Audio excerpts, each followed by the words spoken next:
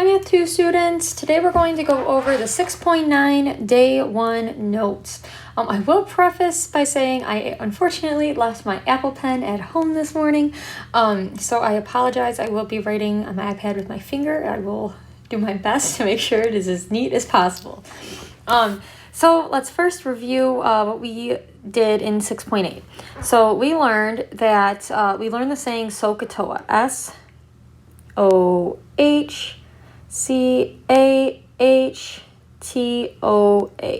right? Sine is opposite over hypotenuse, cosine is adjacent over hypotenuse, and tangent is opposite over adjacent. So let's go ahead and review from yesterday. So they ask for sine of A. So I want you to see if you can put in what sine of A would be. So we're going to do opposite over hypotenuse. So if we look, our opposite of A is going to be 15. And our hypotenuse, which is always across from the 90-degree angle, is 17. So you should have gotten 15 over 17. Now let's try tangent of A. So for tangent of A, you need opposite over adjacent. So our opposite is going to be 15. And our adjacent is 8.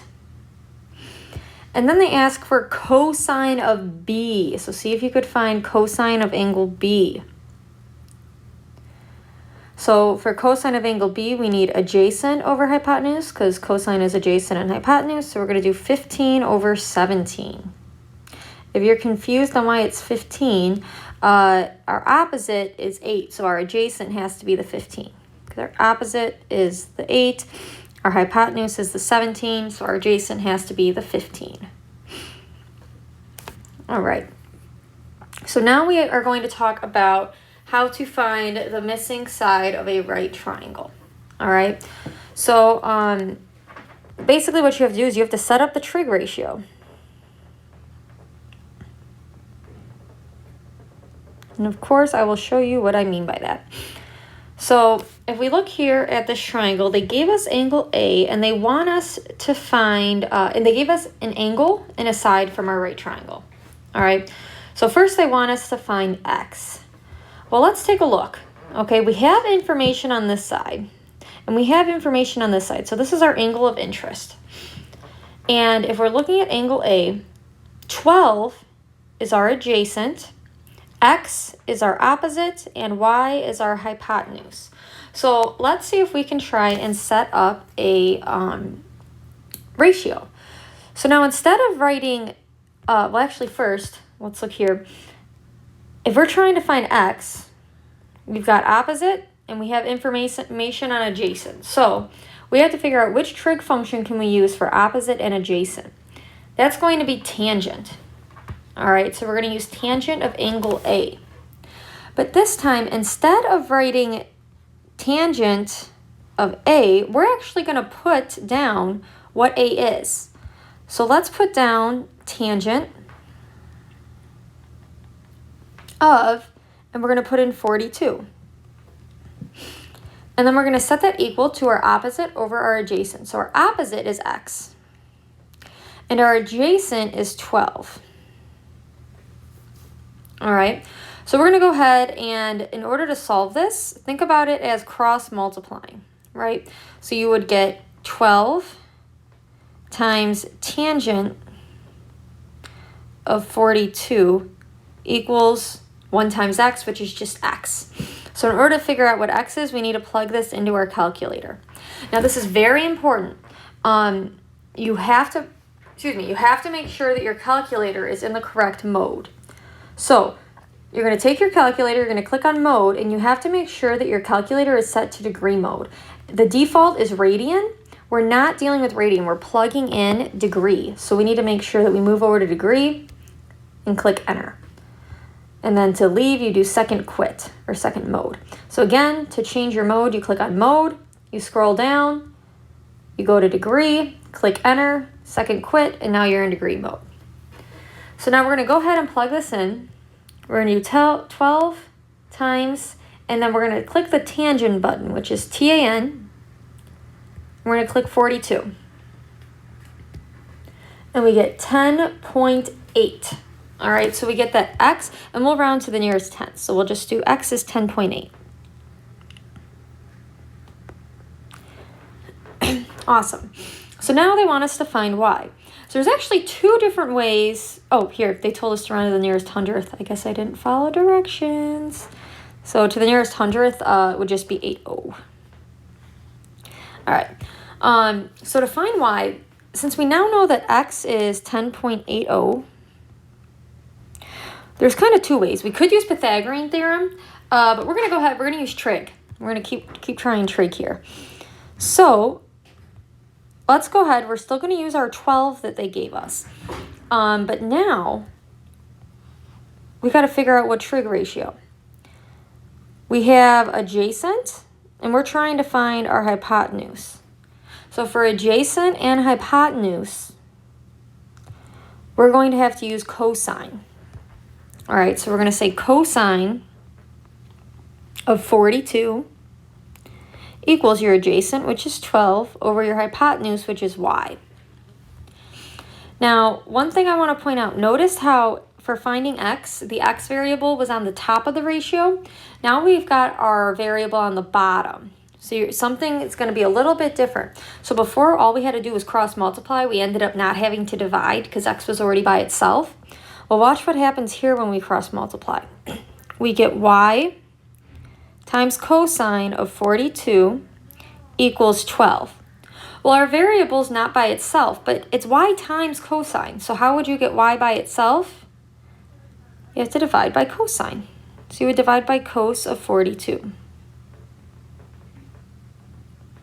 So you're going to say y equals 12 divided by cosine of 42. And you plug that into your calculator. And you get 16.15. And that would be your answer there. All right, cool. So now let's go ahead. Let's find a. We're gonna actually jump ahead. I want to do another one where you have to find a side, and then we'll go talk about angles. So let's go to example 1. Here they are asking for angle A. This is actually very easy because we already know two of the angles, right? So to find the missing angle, right, we know that this guy's 90. We know that this guy's 51. So you can go ahead and find the missing angle there. That's not too hard. So to find the missing angle, you're going to do 180 minus 51 minus 90. And you get 39 degrees. All right, so that's how we find our angle. Cool. So now let's go ahead and find our sides. So in order to find our sides, we're going to have to use some trig ratios. So first, let's find AC. That's this guy here. And just for simplicity's sake, let's give AC a variable. We're going to say AC is equal to x. So we're looking, well, we've got this angle. All right. So AC is going to be my opposite, right? It's opposite that 51. And then we've got our hypotenuse here. So which trig sign do I need to use if I have opposite or hypotenuse? Am I going to use sine, cosine, or tangent? So I am going to use sine, right? We have opposite and hypotenuse, so we're going to say sine of 51 equals my opposite, which is an x, over 24. So now we can go ahead, we'll put that over 1. We can cross multiply. So we get 24 sine of 51 equals x. So we can go plug that in. 24 sine of 51. And we get 18.65. Very nice. So our AC is going to be 18.65. Now again, at this point, you could use Pythagorean theorem, but we're going to keep using trig ratios just so you can see more and more examples of those. Let me make this smaller here because I am running out of space. All right, so now we're looking for BC. So this is BC, and let's go ahead, we'll just make BC Y. All right, so let's use our angle 51. we have to use our missing variable, which is y, and then we have to use one of the sides that they gave us. So we'll use 24. Y is going to be, or BC is going to be our adjacent angle. All right, so we have adjacent and hypotenuse. That tells us we need to use cosine. All right, so we're going to say cosine of 51 equals our adjacent, which is y, over our hypotenuse, which is 24. So we're going to cross multiply. We get 24 cos of 51 equals y. And I want you to go ahead and plug this into your calculator and tell me what you get.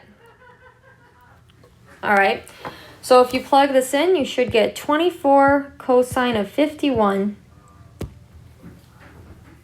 and you should get 15.10. All right.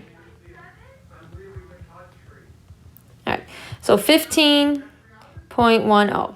Very nice. All right, let's go ahead and try example 2.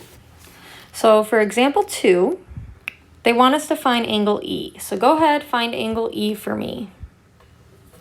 They give us 2 angles of this triangle. You should be able to find the third. So to find the third angle, we are going to do 180 minus 16 minus 90. Oop, hold on. What did I do? There we go. All right, so I got 74. Very nice. So now they want us to find EG. So that's this guy here. Let's give him a variable of x. And this is the angle that they gave us. All right, so they gave us this angle. And I want you to think about, did they give us the opposite, adjacent, or hypotenuse? Is EF the opposite, adjacent, or hypotenuse? So EF is going to be the opposite, all right? And then the x value that we're solving for is our hypotenuse because it's across from the 90-degree angle. So since we have opposite and hypotenuse, we're going to have to use sine. So we're going to do sine of 16 equals our opposite, which is 8, over our hypotenuse, which is x. So our variable's on the bottom, which means we're going to have to cross multiply and divide. So we get x sine of 16 equals 8, and then we have to divide by sine of 16. So we get that x equals 8 divided by sine of 16. So we do 8 divided by sine of 16, and you should get 29.02. All right, then we have to find our next guy here. So we'll go ahead, we'll use a different color. We're trying to find FG, and we'll say FG is Y. You don't have to do this, you could just write like FG, but personally I just think it's easier to work with variables.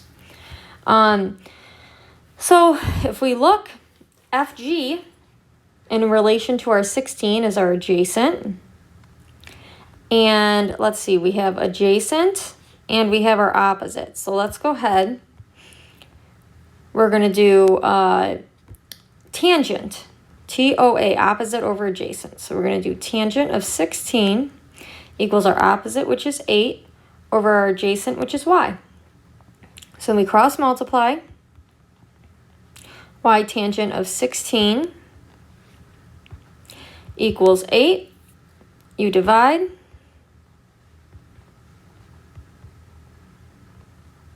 You get that y is 8 divided by tangent of 16. So you plug that in. And you should get 27.899, which actually is going to round to 27.90 degree. Or not degree, sorry, just 27.90. This one should have been a degree.